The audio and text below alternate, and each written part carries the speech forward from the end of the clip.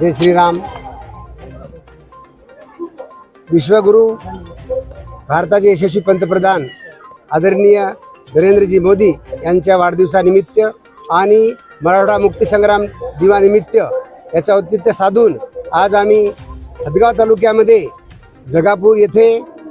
संपूर्ण मतदारसंघातील महिलांचा एक सन्मान सोहळा आयोजित केला आहे आणि या सन्मान सोहळ्यामध्ये ज्या लाभार्थी महिला आहेत त्यांचा सन्मान आणि ज्या महिलांचे काही योजनांचे प्रश्न प्रलंबित असतील त्यांना मार्गदर्शन करण्यासाठी आणि त्यांच्या शंकेचं निरसन करण्यासाठी आम्ही अधिकाऱ्यांना पाचारण केलं आहे आणि जेणेकरून या सर्व महिलांचे प्रश्न एका ठिकाणी अंडर वन रूप सगळे हे प्रश्नाचं निरसन होईल आणि या सर्व योजनांचं लाभ घेता येईल आणि जास्तीत जास्त महिला आपल्या महाराष्ट्रातील लाभार्थी राहतील आणि आगामी काळामध्ये संपूर्ण ही नारी शक्ती महिला शक्ती ही भारतीय जनता पक्षाच्या पाठीमागे राहील या उद्देशानं हा कार्यक्रम आज आयोजित केला आहे।